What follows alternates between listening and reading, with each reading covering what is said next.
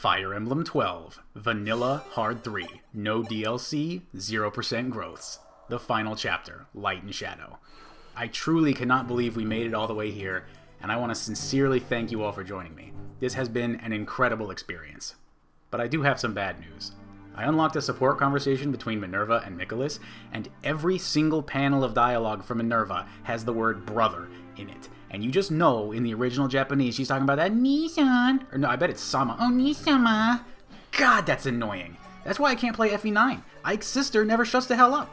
So because that mostly ruins one of my favorite units, we're just going to drop right into chapter here, dance extend Nicholas on turn 1 so he can murder his other sister, and that's the end of the game. Alright, fine. We'll do the good ending. I meant what I said before all that, though. It's amazing that we made it this far. And I don't want anyone to be intimidated by the length of the video. The chapter's only 2 turns, and then after that, it's just me ranting about Fire Emblem during the epilogue. Unfortunately, we can't just bring our favorite units to this one. We need some scrubs like Julian and Merrick to save the princesses. Katarina, of course, is returning to Swordmaster. I'm reclassing Sirius to Sage so that he can use the rescue staff, and Merrick to Curate with a new heal staff that I have to buy real quick, for something a little interesting that I think you'll all really appreciate. We don't need much in the way of weapons for this one, so I'm loading up on all my FE7 forges, and of course Minerva wouldn't go to the final battle without her trusty Hot Claire.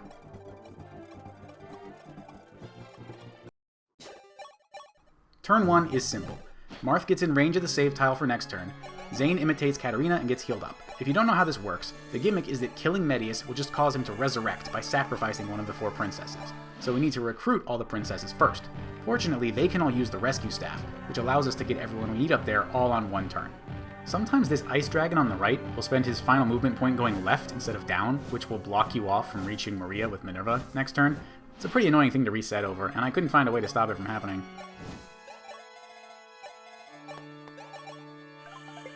Fina dances her final dance for Minerva. Round of applause for Fina. Minerva's final action is to save her sister and trade her the rescue staff. Standing ovation for Minerva, of course. I think it's actually more intuitive to go counterclockwise with this rescue chain, but I need Merrick to go last, so I'm going this way.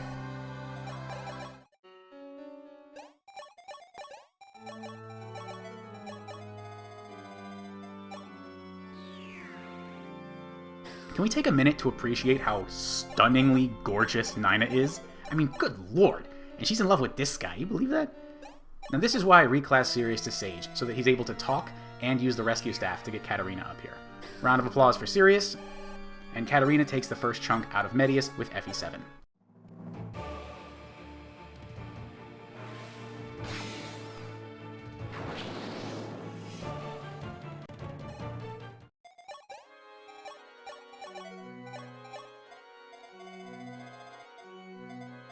This is why I gave a separate rescue staff to Merrick, so that he can move over here and heal Katarina, instead of having to trade off of Nina. It's actually even easier than that. You could just have Merrick do the final rescue himself, and then have Elise trade a recover staff off of Katarina to heal her to full right away, but then I wouldn't have been able to bring all my FE7 forges, so this is obviously the better strat. Elise uses our final rescue to get Zane up here, and I've actually seen a certain LTCer use an again staff to have someone use the final rescue instead of just reclassing Sirius to do one. That's a big oof. My final again use, though, is going to Katarina.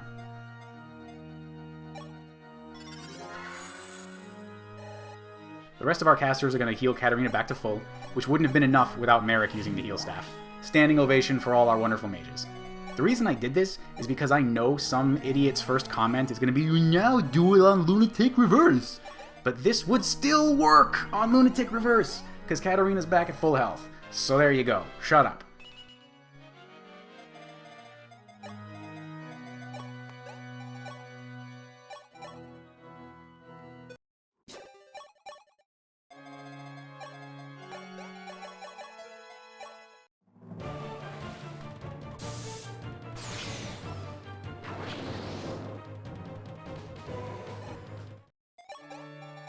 And now, the final attack with the full power of Fire Emblem 7!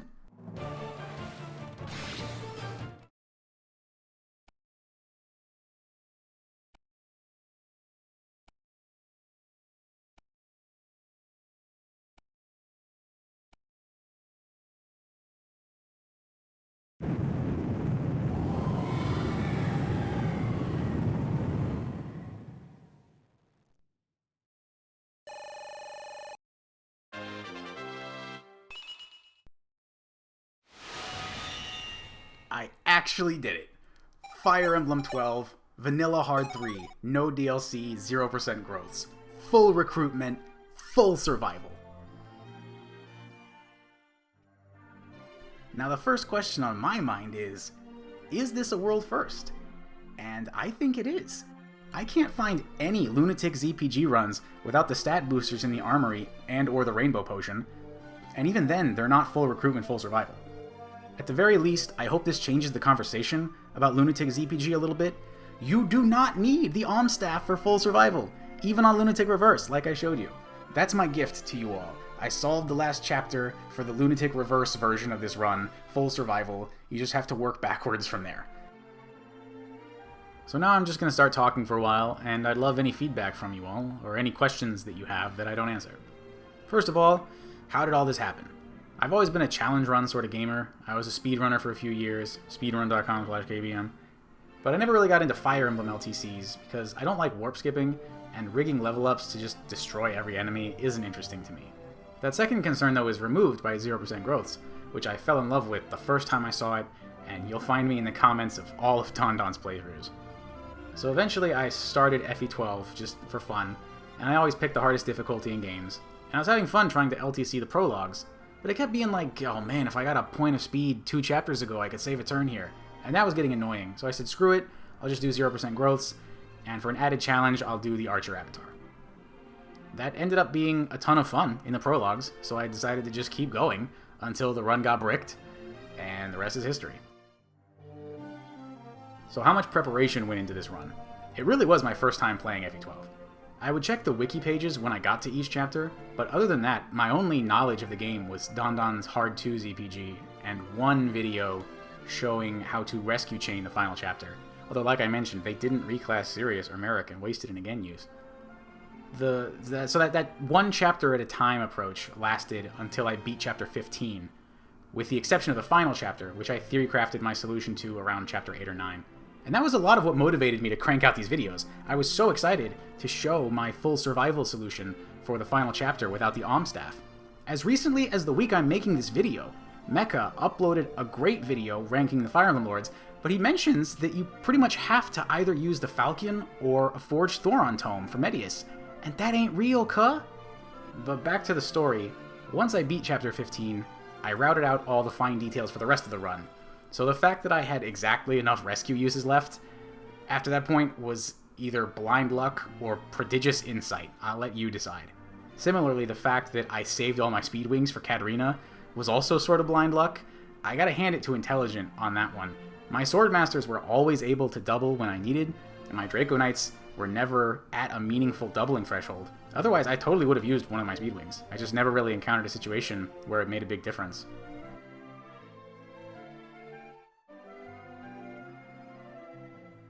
Next, what would I like to change about this run? Well, for starters, I wouldn't buy a hand axe in chapter 1, but the biggest thing I'd like to change is having a Forged Rider's Bane for chapter 19 to remove all those low percent crits. I really don't know if that's possible though. You'd need plus 8 or 9, which is really expensive. My gold route in general seems pretty solid. There were a few wasted buys in the first half of the game, but nothing significant. And my forges all ended up being totally worth it. One thing for sure though is getting the resistance bond from Yumina's support conversations, like I talked about in the chapter 20 video. I straight up wasted a rescue use in chapter 20 because I didn't have that.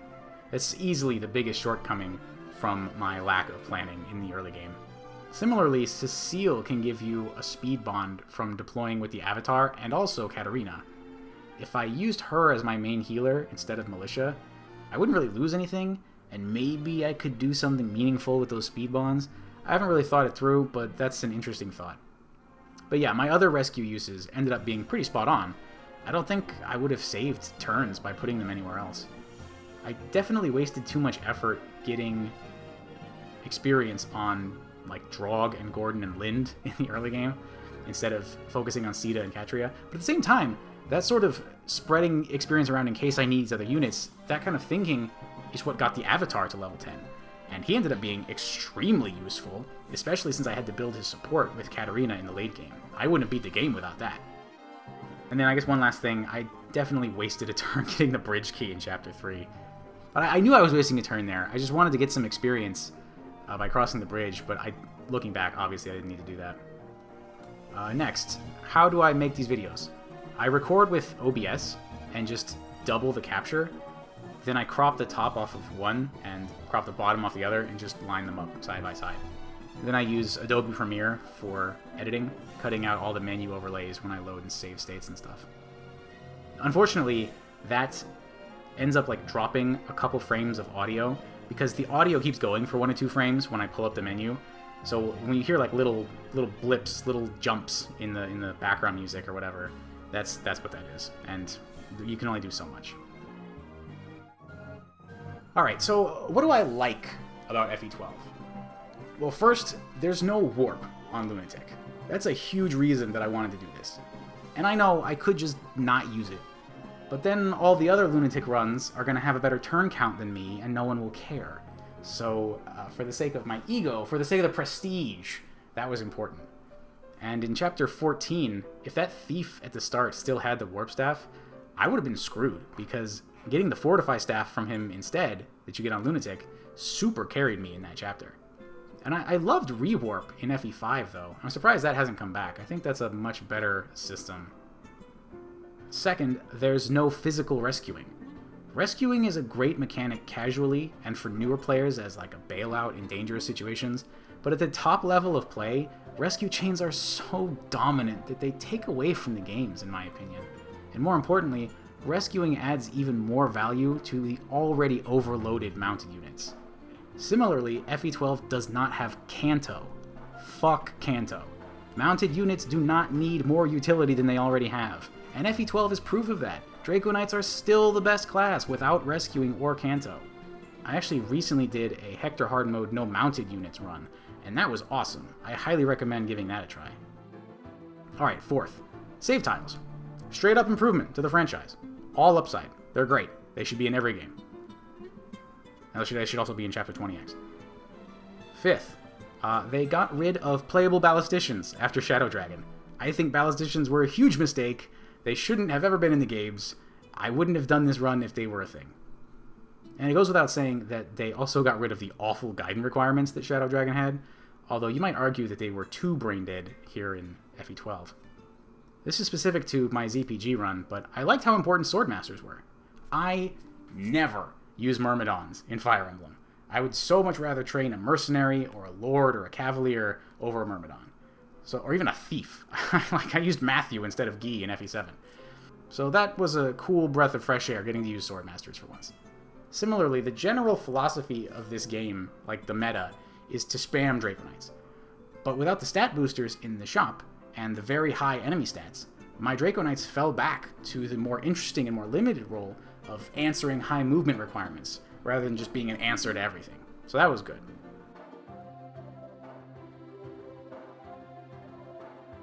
Another one is the lack of class skills. I like the class skills that are consistent. Vantage, Charge, Wrath, as it is in FE5, those are all fine. You can plan and strategize around those, and that adds to the game. But losing all your progress because the general boss decides to proc Pavis, or God forbid an enemy procs Luna and you instantly die, that's not fun. I'd rather just not have any than have to deal with that. Finally, I enjoyed how much I was able to use Marth and the Avatar in combat in this run. You would expect them to just be completely irrelevant, but they contributed quite a bit.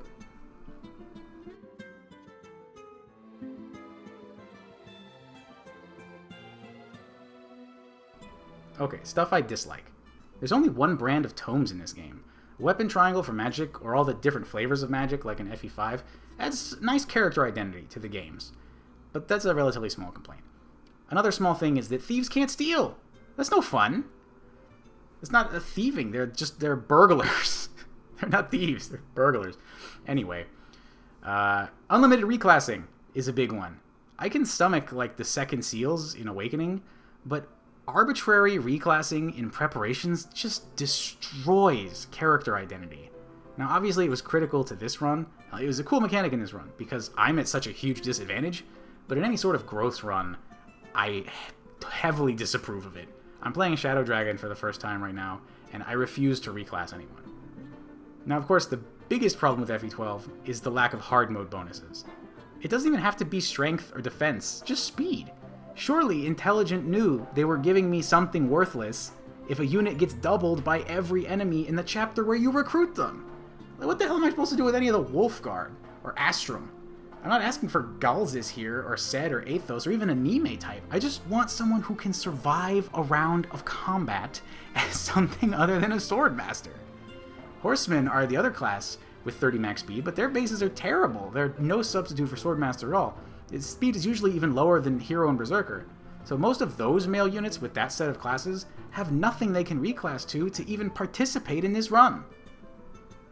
Forging is a tricky one to talk about. Obviously this run wouldn't have been possible without it, and it's an interesting way to make gold routing more meaningful, to make your economic decisions more impactful, and that's good.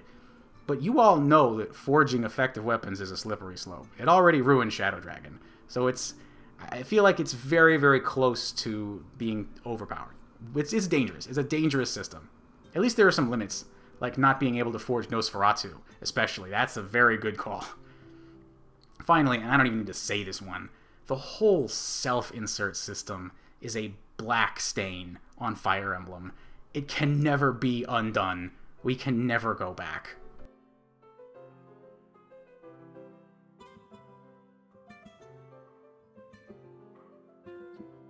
So that's all I wanted to say about FE12 and about this run.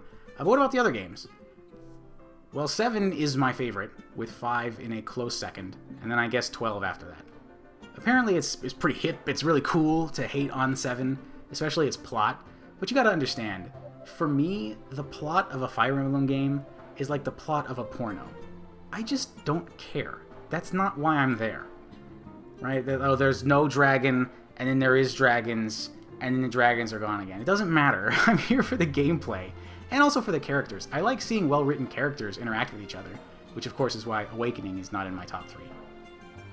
7 is my favorite, though somewhat by process of elimination. It just has the fewest things that annoy me. 5 has a ton of awesome ideas that I love, but it has so much crap that makes me miserable. 12 has so much crap that annoys me. 7 only has some stuff that annoys me. That's about the extent that I want to get into debating the different games. 7, 5, and 12 are very different from each other, and I like each one for different reasons. Well, I think that'll do it for me. I can't thank you all enough for supporting this run. I hope we get to see more people doing ZPG without stat boosters and Rainbow Potion in the future. This is an excellent 0% growth game in my opinion. As for what's next, well, I truly don't know. I'm KBM. This has been Fire Emblem 12, Vanilla Hard 3, no DLC, 0% growths, full recruitment, full survival, in 275 turns. Thanks for watching.